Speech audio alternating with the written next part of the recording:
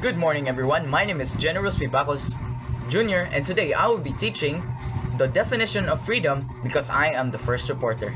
So before we head on to the first slide, do you know what the definition of freedom is? So the definition of freedom might also be saying as a quote of, "Yay, I'm free." But in other terms, philosophically, there are many terms to that. So now let's head on to the next slide. So, philosophically, the definition of freedom is an inherent quality of every human person. So freedom relies on every single one of us human beings, either in some way or in some not.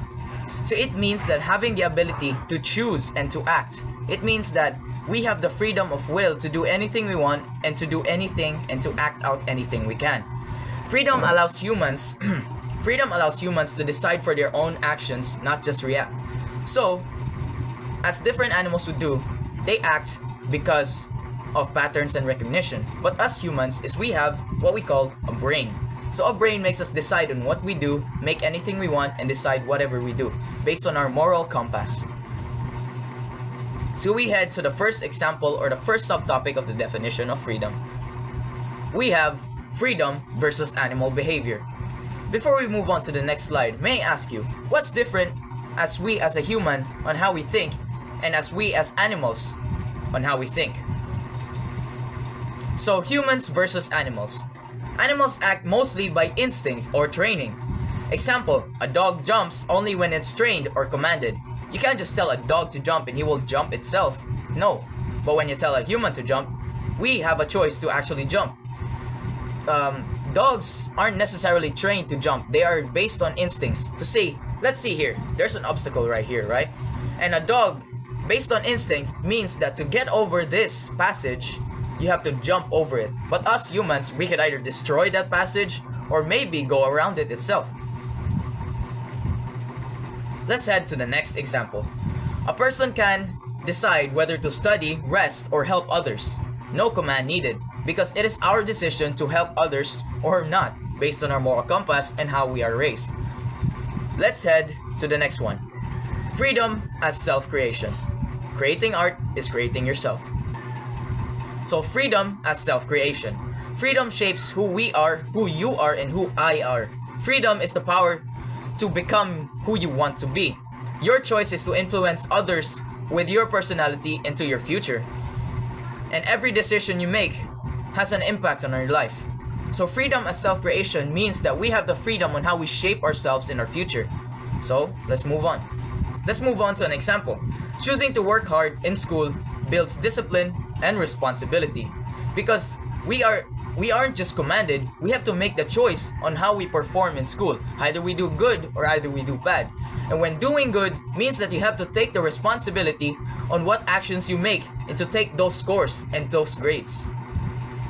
But if you don't want to, well, you can just avoid the responsibility itself. That's freedom as self-creation. To decide who you want to be and to decide who you want to become to be. Now we move on to the next subtopic of freedom. Freedom and responsibility. Like I said earlier, if you're free, then you must know how to take some responsibilities yourself too. Let's head here. So freedom of and responsibility has this thing called the consequence of choice, where every choice you make also has a consequence. You can't just get away with anything because you just had the freedom to do it. Responsibility allows your choices to have a consequence. So freedom includes accepting the results of your actions. You may choose good or bad, but consequences may follow. If you do good, there will still be consequences, because as the cycle of life goes, the scale weighs up and down. Not 6-7, it's up and down. The scale weighs up and down. Because when you choose to be good, there will always be a bad side. And when you choose to be a bad side, there will always be a good side to every decision. The yin and yang. Like for example, skipping class is a free choice, but failing grades are the result. So if you skip class, maybe you have to catch up to any activities, or maybe you just don't go to class at all. But then the responsibility of that is you must take responsibility for every actions you make. So that is the results. You either get a failing grade, or if you do your good job, you will get a successful grade, but I guess you have to sacrifice your mental state for it. Now let's move on to freedom and self-determination. So freedom and self-determination, from the word self-determination, is we have the freedom to do anything we want, but we also must have the determination to do the things we want. So let's see here. Making choices without force. True freedom means choosing without external compulsion, meaning that it really isn't true freedom if what you're doing is not what you love. You get what I mean? Humans use intellect and free will when deciding. So when we decide, it's either not true freedom or it is true freedom itself.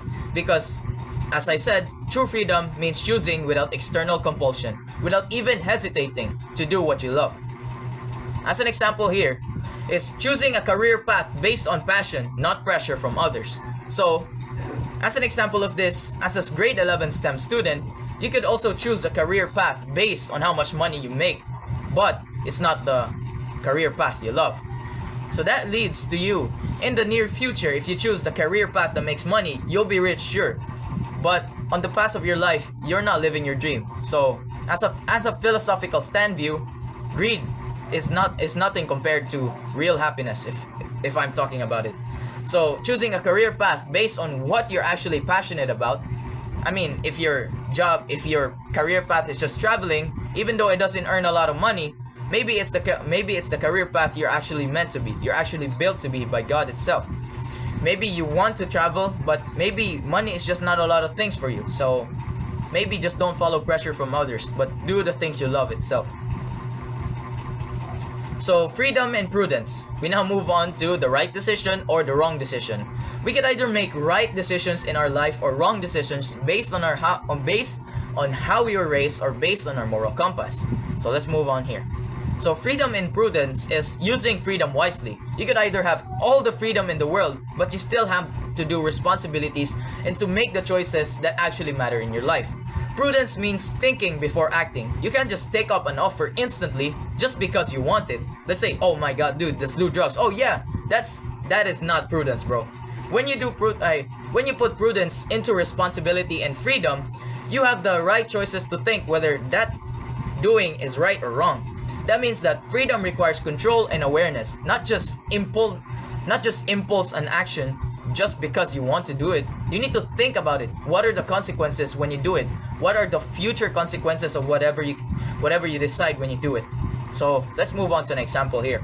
Thinking before posting online avoids misunderstandings or conflict. Before you post online, prudence is such a great example of this. Is because when you post online, people will see it, and whatever you post online, they will instantly comment about it. There will always be opinions that matter and that don't. That means that whenever you make a post, you either don't target anyone or just don't post something that is opinion based at all. Maybe post something about your life or that something avoids misunderstandings or conflicts itself. So let's go on to why do freedom matters. Freedom matters is because freedom allows humans to grow and improve. It encourages creativity and moral responsibility. Like I said, you could have all the freedom in the world, but you still have to be responsible for all your actions to make the right decisions within your life. True freedom is choosing wisely, not acting without limits. As a teenager, we also have the impulsive thoughts to just do anything we want, but we must be responsible on what we're doing. Because true freedom, we must choose from our heart, not just based on impulse on our brain. Just because something is flashy or cool doesn't mean we have to follow that path itself, because we have to think of the consequences that come after it. Like I said, freedom allows humans to grow and improve, but without responsibility or without passion, true freedom doesn't live and reside within that sentence. So, that's it. That's for my report. Thank you for listening to this rant. So, for the next reporter, it will be kinds of freedom. So, thank you for listening, and let's move on to the next reporter.